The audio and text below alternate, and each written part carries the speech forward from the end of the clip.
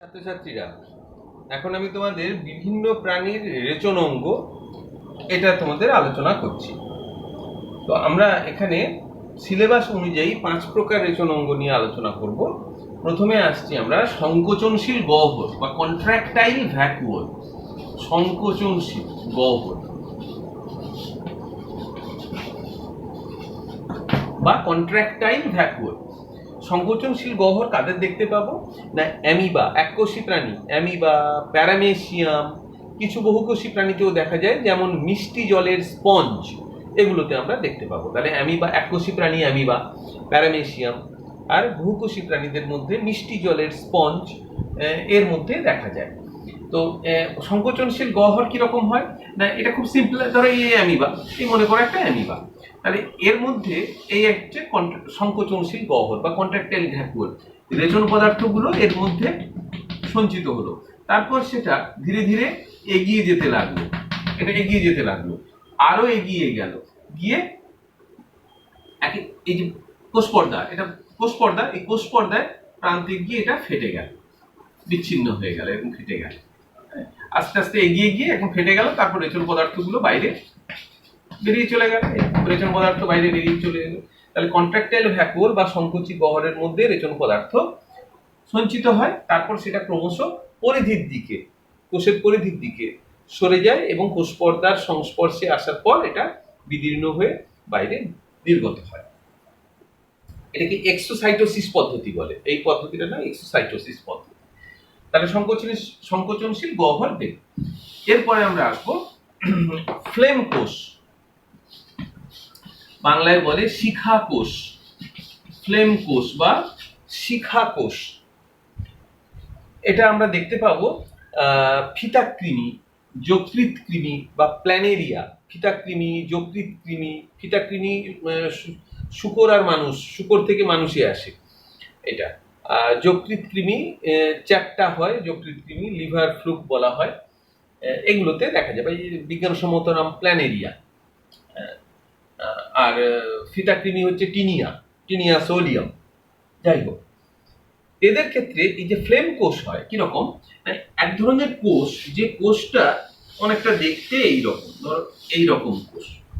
এই কোষের মধ্যে একটা বড় ভ্যাকুওল থাকে, এরকম ধরো বড় ভ্যাকুওল আছে কোষের মধ্যে, এটা হচ্ছে ভ্যাকুওল, ভ্যাকুওল বা কোষ গহ্বর।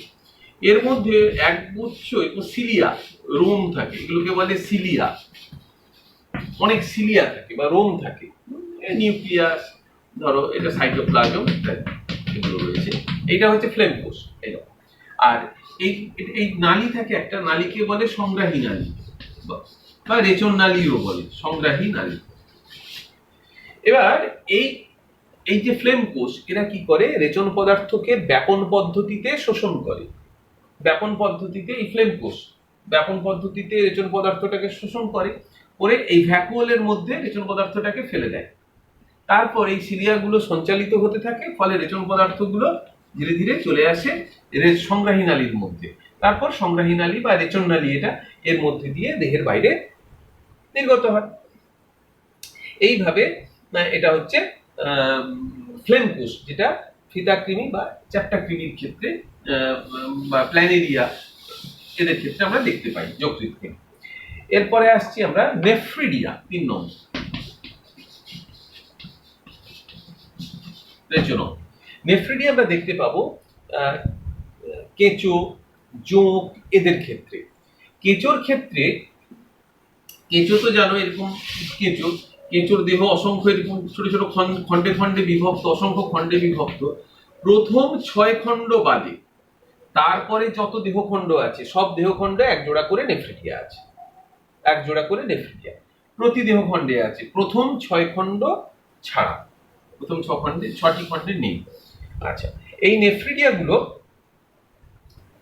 কিরকম তৈরি হয়েছে না? নেফ্রিডিয়া গুলো দেখতে অনেকটা এরকম, একটা এটাকে বলে নেফ্রো ফানেলের মতো দেখতে, নেফ্রোস্টোম, নেফ্রোস্টোম বলে। তারপর পেঁচানো এরকম নালী আছে, অনেক পেঁচানো এরকম নালী। নালীর পর এটা দেহের বাইরে গিয়ে একটা ছিদ্র পথে উন্মুক্ত হয়েছে। এই ছিদ্রটাকে বলা হয় নেফ্রিডিওপোর। নেফ্রিডিওপোর। আর এটা হচ্ছে এই যে পেঁচানো নালী, এটাকে বলে রেচন নালী। রেচন নালী। তাহলে এই হচ্ছে নেফ্রিডিয়া, এরকম অনেকটা দেখতে হয়। নেফ্রোস্টোম বা এই ফানেলের মতো যে অংশ, এটা কি করে না যে হিমোসিলোমিক তরল থাকে বা সিলোমিক তরল, সিলোমিক তরল মানে তোমরা জানো যে দেহগহ্বরকে বলে সিলোম। দেহের মধ্যে সেই দেহগহ্বরে তো রক্ত থাকে, সেই সেখান থেকে নেফ্রোস্টোমের মাধ্যমে এই সিলোমিক তরল থেকে রেচন পদার্থ সংগ্রহ করে।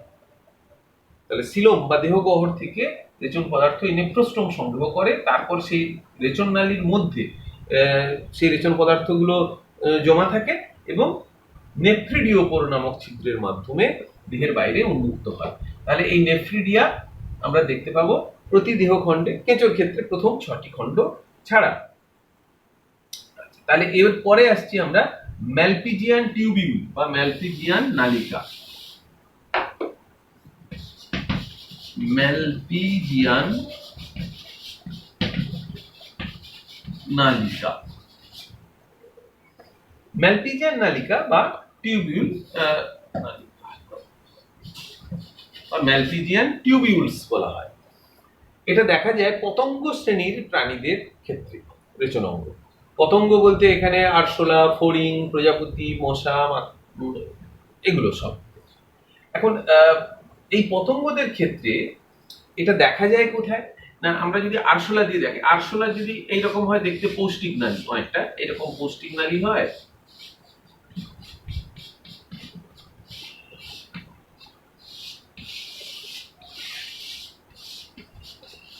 এই ধরো আরশোলার পৌষ্টিক নালী, এখানে মুখ ছিদ্র, এটা পায়ু ছিদ্র, এরকম দেখতে পৌষ্টিক নালী। পৌষ্টিক নালীর এই অংশটাকে বলা হয় মধ্যপৌষ্টিক নালী বা মেসেন্টেরন। এটা হচ্ছে মেসেন্টেরন বা মধ্যপৌষ্টিক নালী অংশ। আর এই অঞ্চলটা হচ্ছে এখানে এই প্যাচান, এই অংশটাকে বলে ক্ষুদ্রান্ত। ক্ষুদ্রান্তের যে প্রথম অংশ এটাকে বলা হয় ইলিয়াম। ইলিয়াম। তো ইলিয়াম আর মেসেন্টেরনের সংযোগস্থলে অসংখ্য সূক্ষ্ম এবং চুলের মতো, অসংখ্য সূক্ষ্ম চুলের মতো নালিকা থাকে। অসংখ্য সূক্ষ্ম চুলের মতো নালিকা থাকে, এগুলোকে বলা হয় এই ম্যালপিজিয়ান নালিকা। তাহলে ম্যালপিজিয়ান নালিকার অবস্থান হলো মেসেন্টেরন ও ইলিয়ামের সংযোগস্থলে। যে অসংখ্য চুলের মতো সরু চুলের মতো যে অঙ্গগুলো থাকে তাকে বলে ম্যালপিজিয়ান নালিকা। ম্যালপিজিয়ান নালিকার এই যে মুক্ত প্রান্ত বাইরের দিকটা, এটা হিমোসিলোমিক তরল বা সিলোমিক যে তরল, অর্থাৎ যার মধ্যে অর্থাৎ রক্ত এখানে থাকে সিলোমিক, সিলোমের মধ্যে, তার মধ্যে নিমজ্জিত থাকে এবং এরা রেচন পদার্থগুলোকে সেই হিমোসিলোমিক তরল থেকে শোষণ করে, শোষণ করে এই যে পৌষ্টিক নালীর মধ্যে নিক্ষেপ করে। তাহলে এখান থেকে রেচন পদার্থগুলোকে হিমোসিলোমিক তরল থেকে সংগ্রহ করে পৌষ্টিক নালীর মধ্যে নিক্ষেপ করে এবং মলের সাথে সেটা দেহের বাইরে নির্গত হয়। তাহলে এটা হলো ম্যালপিজিয়ান নালিকা। আর শেষ হলো 5 নম্বরে বলবো বৃক্ক। বৃক্কটা আমাদের একটু ডিটেলে পড়বো। বৃক্ক সমস্ত মেরুদণ্ডী প্রাণীদের দেখতে পাই, একেবারে মাছ থেকে শুরু করে মানুষ, সমস্ত মেরুদণ্ডী প্রাণীদের প্রধান রেচন অঙ্গ হচ্ছে বৃক্ক। বৃক্ক কি করে না, ছাঁকনি হিসেবে কাজ করে, রক্তকে ছেঁকে নেয়। যেমন চা তৈরির পর চা ছাঁকনি দিয়ে ছাঁকলে কি হয়, তরলটা আলাদা হয়ে যায় আর চায়ের দানাগুলো ছাঁকনিতে আটকা পড়ে, ঠিক তেমনি আমরা চায়ের দানাগুলো ফেলে দিই তারপর, ঠিক সেই রকম বৃক্ক হচ্ছে আমাদের ছাঁকনির মতো অঙ্গ। এরা কি করে না, রক্তের মধ্যে যেসব দূষিত পদার্থগুলো আছে সেই দূষিত পদার্থগুলোকে ছেঁকে নেয়, ছেঁকে নিয়ে নেয়, মানে দেহ থেকে বাইরে বার করে দিতে সাহায্য করে। আর দরকারি জিনিস যেগুলো সেগুলোকে পুনরায় আবার রক্তে ফিরিয়ে দেয় বৃক্ক। তাহলে বৃক্ক মূল দুটো কাজ, এক হচ্ছে ছাঁকনির মতো অঙ্গ, অপ্রয়োজনীয় ক্ষতিকর পদার্থগুলোকে রক্ত থেকে আলাদা করে দেহের বাইরে নির্গত করে, ফলে দেহকে সুস্থ রাখে, এবং দরকারি জিনিস যেগুলো রক্তে সেগুলোকে পুনরায় আবার রক্তস্রোতে ফিরিয়ে দেয়। এইভাবে বৃক্ক রেচন পদার্থ, রেচন অঙ্গ হিসেবে কাজ করে। তাহলে আমরা বিভিন্ন প্রাণীর রেচন অঙ্গের সম্বন্ধে জানলাম। পরের পর্বে আমি আমাদের বৃক্কের গঠন আলোচনা করব এবং তখন বৃক্ক শুধু নয় মানে মানুষের রেচনতন্ত্রের গঠন আলোচনা করব এবং সেখানে প্রশ্ন আলোচনা করব।